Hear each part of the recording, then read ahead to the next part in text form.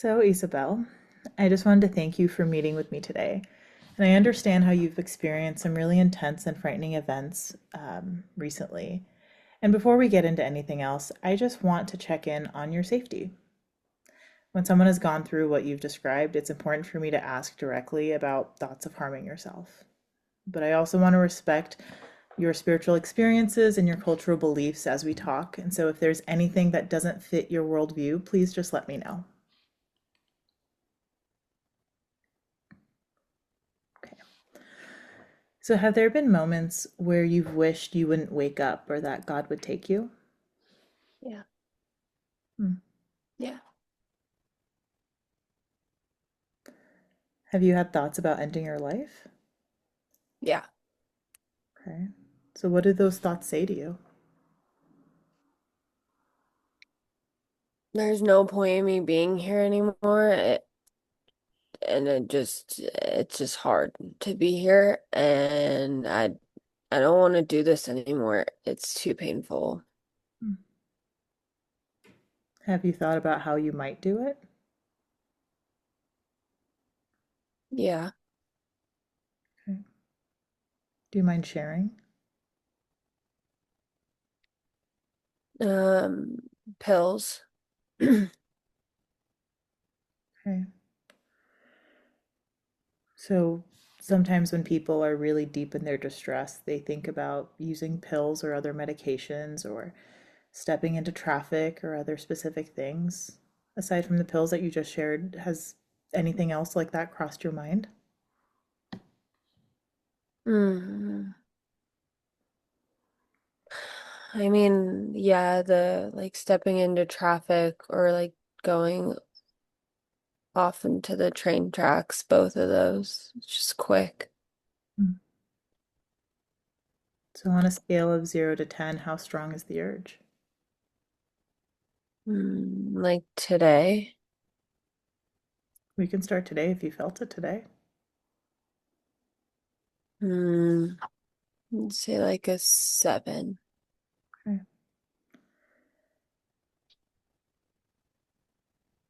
So, when that comes up, what do you do? Mm, I mean, like for like today, for example, Yeah.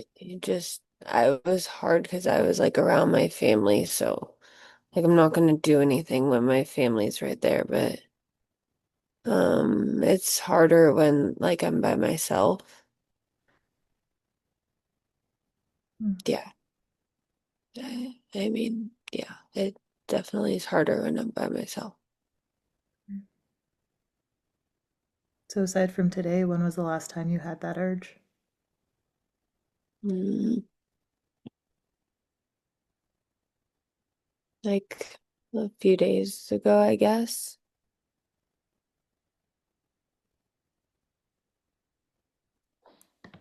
So, have you taken any steps towards harming yourself? Like, have you ever tried? I'm No, I've never had like an attempt. I've just thought about it. Okay.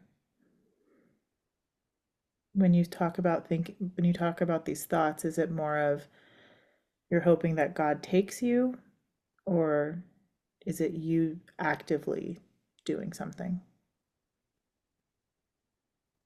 Mm. I guess it kind of depends on the day, honestly. I think days where it's harder or days where maybe I feel like really disconnected from the world and from people, then I could, it's more so me.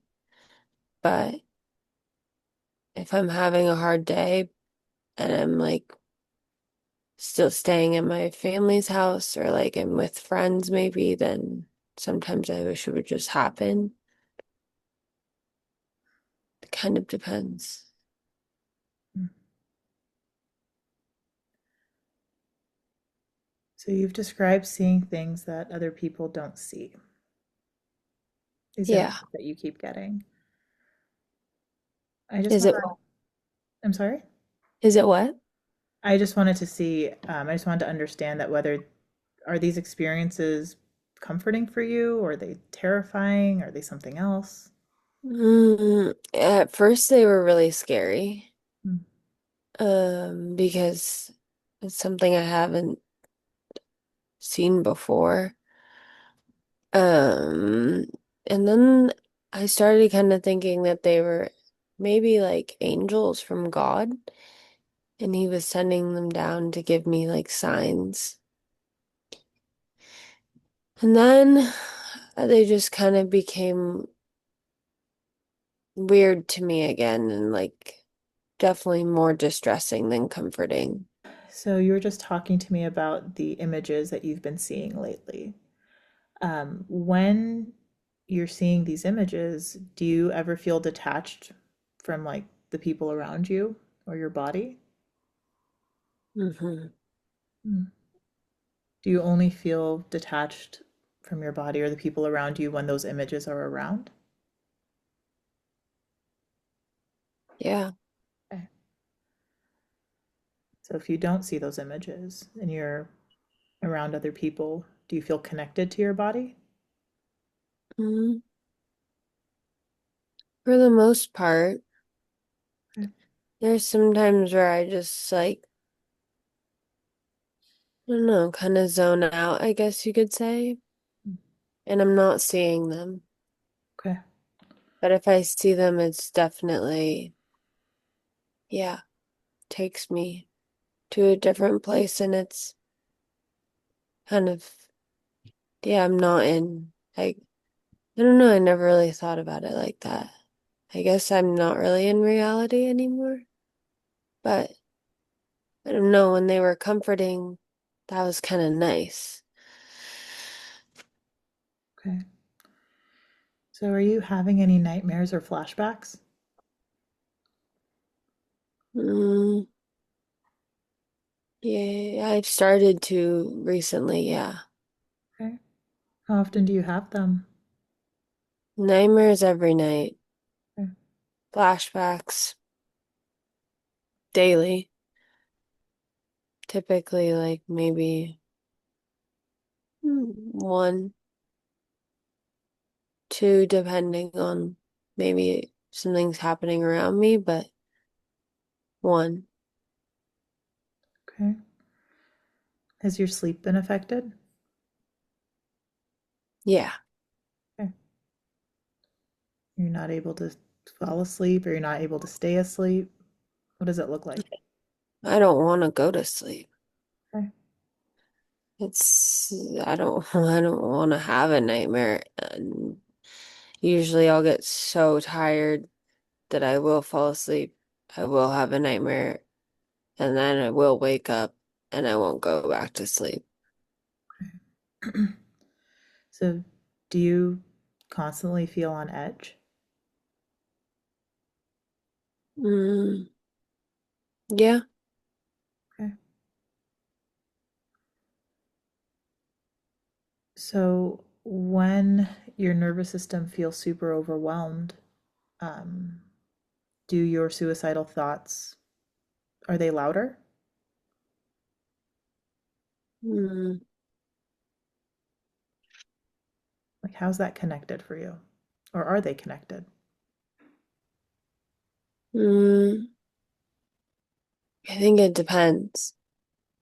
If I'm scared, there's been a few situations recently where, like when you say nervous system heightened, I think like when I'm scared and when that happens, like I'm not suicide, like depressed in that moment, Mm. or I'm not like having thoughts in that moment, but then after, usually like I guess you could say like the come down effect of that, then yeah, That's when they're really strong?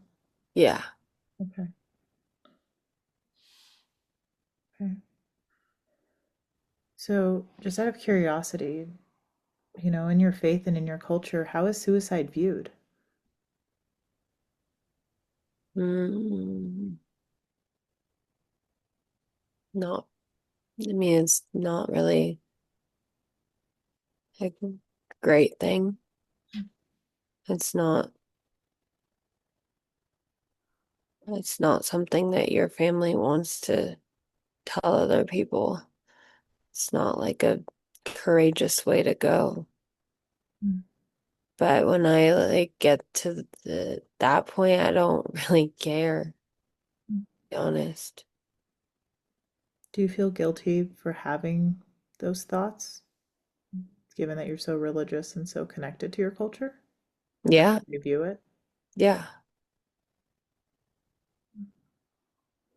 Yeah. So earlier you described these images as something spiritual. You thought they were angels. Mhm. I'm just curious now, how do you view them? Is it something spiritual? Do you think it's something like psychological? Is it both? What does it look like? Mm, I feel like now they started kind of talking to me more and like getting louder. And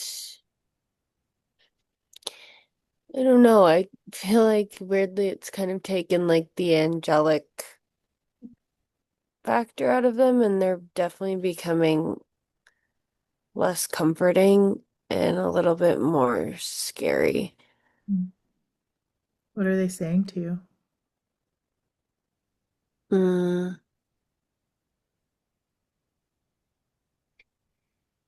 usually it's, I don't know, they kind of say all kinds of things, but it's never anything like that bad. It's just kind of like, I don't know, like if you had like your own voice in another thing's body. Mm. They don't like command me to do anything. They're just kind of like if you had a best friend that was, I guess, not actually there. Mm. Are they telling you to hurt yourself? No, Are they telling you to not hurt yourself? no. Okay. So, is there anything about your beliefs that protects you from harming yourself? Yeah, I mean, definitely like the fear, definitely the fear of harming my family and their beliefs too, but also the fear that what if God doesn't forgive me? What if I don't go to heaven because I chose to do this? Like, it's confusing to me right now because in the Bible it says that, like, God forgives all, but I don't know if that's true because that's also not been taught to me. Is pretty much specifically about suicide. So, or taking, is taking my life. So I don't really know. I guess the answer is yes and no. Mm. Kind of depends on the day. Yeah, Mm. yeah. So, what is it today? Is it yes or is it no? I think it's yes today. Okay. So, what has kept you alive so far? Mm, people. I think definitely my my I guess husband's family, having them.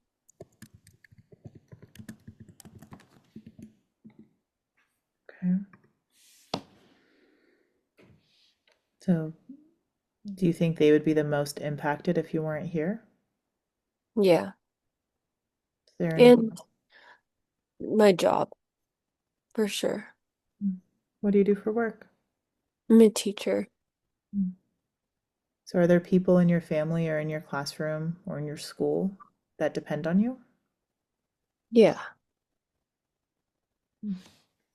all of them. Does that add some pressure? Yeah.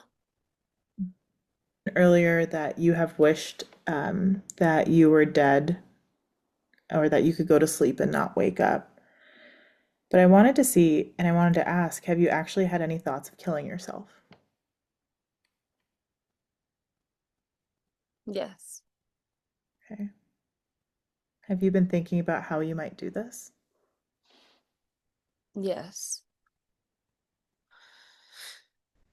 Um, pills has typically been my go-to, I guess. Do you have access to any specific pills? Mm, I mean, just kind of like the household ones, Like what? like Tylenol, Benadryl, like cough medicine. Mm, yeah. I don't really have anything that would like do it very fast.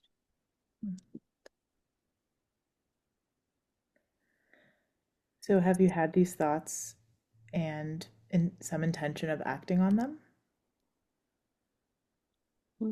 Yeah. Do you have like a timeline or a specific day or time?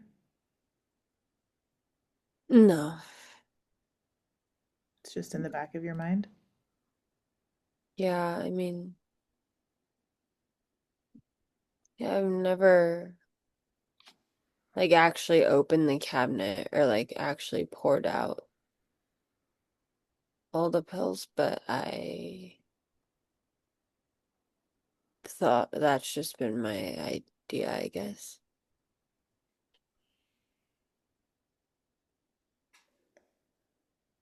So, have you started to work out the details of how you would carry out this plan?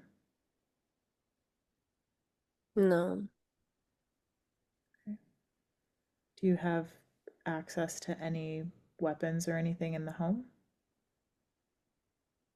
mm,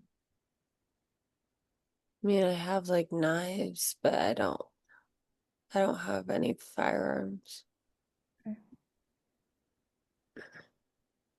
In any of these thoughts of killing yourself, have you ever used anything aside from pills? No. Okay. Mm-mm. Have you ever done anything or started to do something or prepared to do anything to end your life? No. Okay. So you've mentioned pills. Have you been collecting pills? No. I mean, like I have them, but I haven't been like stocking up. Okay. Have you written a suicide note? Um, like held the pills in your hand, like opened them and just held them or looked at them? I've written a note. Okay. I've written quite a few notes actually, but I never, yeah. Okay. And the pills, I've never poured them out of the bottle. I've never put them in my hand. Have you opened the bottle? No. Okay.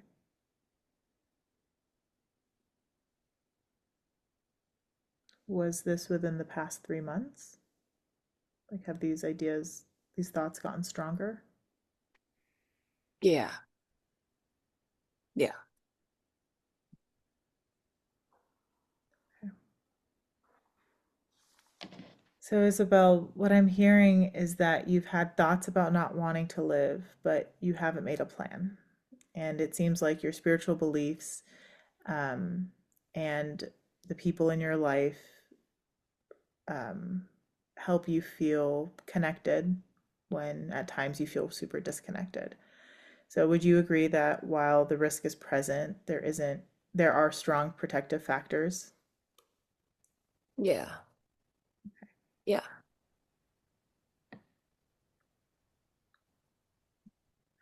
So when someone experiences trauma or intense spiritual distress, it can really blur reality, and that can make us feel disconnected and ultimately really hopeless.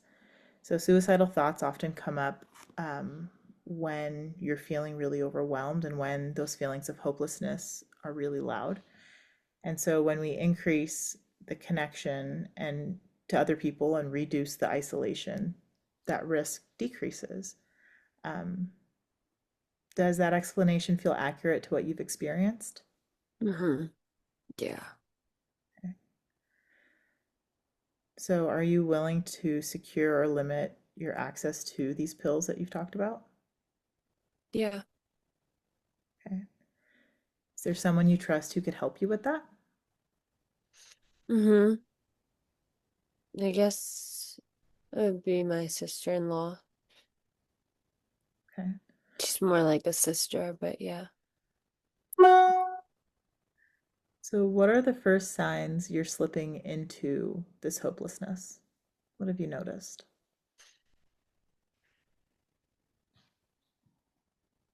Mm,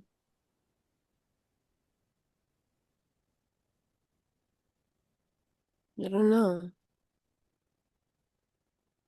I guess I just kind of check out from people. I don't really want to talk Okay.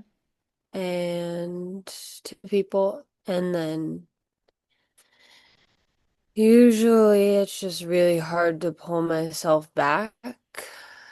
And that's when I feel like during those times or when I feel the most hopeless for sure. Okay. So when you're feeling those feelings, what coping strategies do you have that help you feel grounded? Mm, I don't know, usually it's just hard because sometimes I want to feel those feelings. Like sometimes I don't want to feel anything. I just want to be numb. But I know that it's not healthy, and so typically I'll just get up and go outside if it's during the day.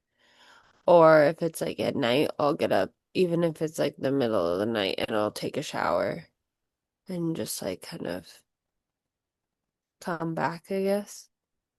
Okay.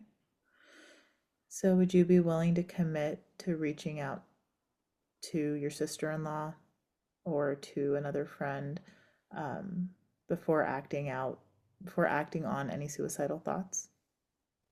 Yeah. Okay.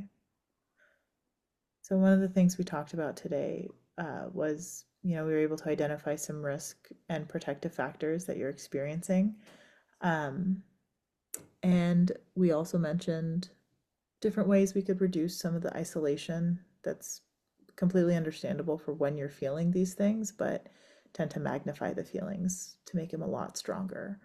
So, Mhm. we talked about reducing that isolation, even in the moments we want to sit in it, like calling your sister-in-law, um, maybe reaching out to other friends, other family, um, your community at school or your community at church, and really just increasing support and helping you feel really connected in those moments of disconnect. So, on a scale from 0 to 10, how safe do you feel right now? 10 being the most safe. Mhm. Mm, right now, like a 9. Okay. So, if you feel these suicidal thoughts coming, who will you contact first? My sister-in-law. Okay. Well, thank you for your time. And if you need anything between now and our next session, you know where to find me. Thank you. Thank you.